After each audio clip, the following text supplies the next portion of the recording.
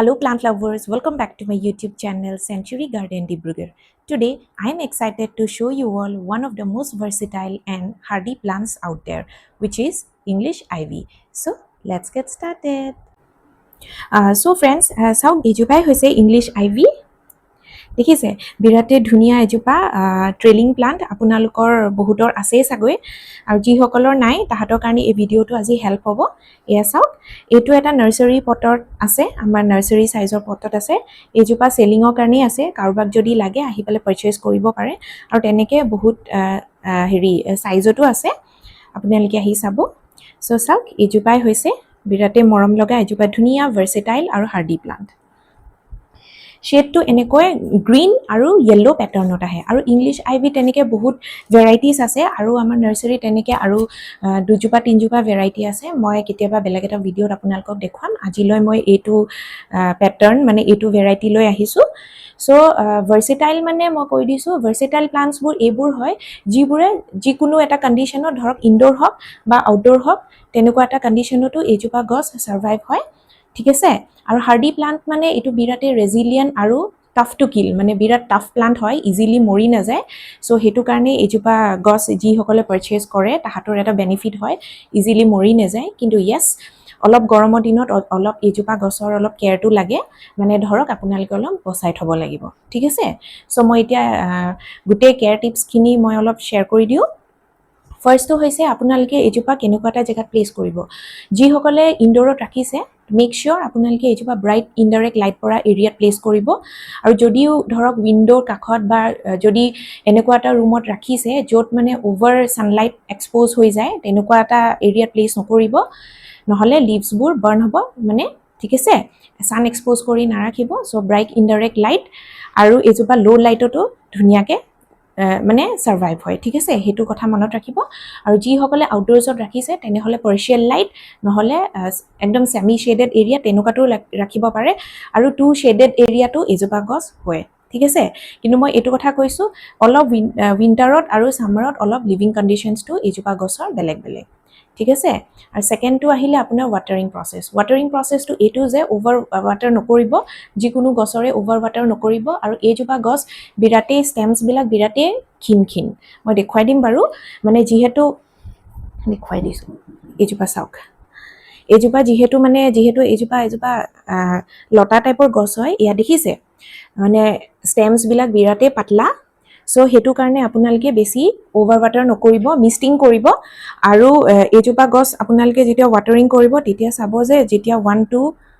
inches of the soil dried up মানে যেতিয়া হুকাব তেতিয়াহে আপোনালোকে এজোপা ওয়াটাৰ কৰিব আৰু হেই বুলি আপোনালোকে একদম আন্ডাৰ ওয়াটাৰো কৰি নাৰাখিব আন্ডাৰ ওয়াটাৰ কৰিলে কিন্তু ইয়াৰ লুকটো বেয়া হৈ যায় ঠিক আছে অলপ মানে ড্ৰুপি হৈ যাব হেতু আপোনালোকে চাব আৰু লাইটটো কথা মই কৈছোৱে আৰু সয়েলটো আপোনালোকে দিব এটা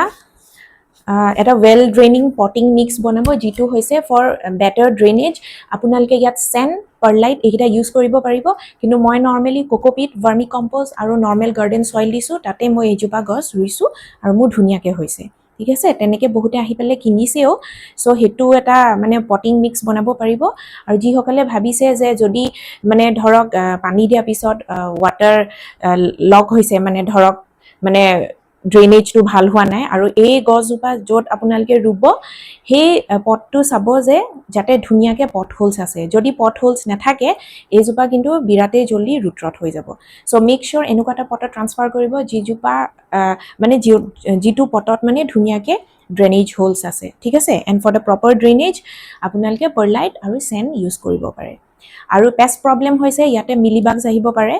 আৰু এফিডছ আহিব পাৰে আৰু স্পাইডাৰ মাইটস হ'ব পাৰে আৰু হেতুৰ পৰা আপোনালোকে বচাব হলে নিম অইল স্প্ৰে কৰিব নহলে মই কেতিয়াবা সাৰ্ফ স্প্ৰে কৰো সাৰ্ফ ঘুলি পেলে মই এনেকে স্প্ৰে কৰো হেতু কাৰণেও মানে গছজোপা ধুনিয়া হয় ঠিক আছে তেনেকে ইমান পেষ্ট প্ৰবলেমছ নহয় বাৰু আৰু যি সকলৰ হৈছে আপোনালোকে নিম অইল স্প্ৰে কৰিব আৰু ইয়াৰ গ্ৰোইং সিজন টো হৈছে আপোনালোকৰ স্প্ৰিং এণ্ড সামাৰ আৰু এটো টাইমতে আপোনালোকে ফাৰ্টিলাইজ কৰিব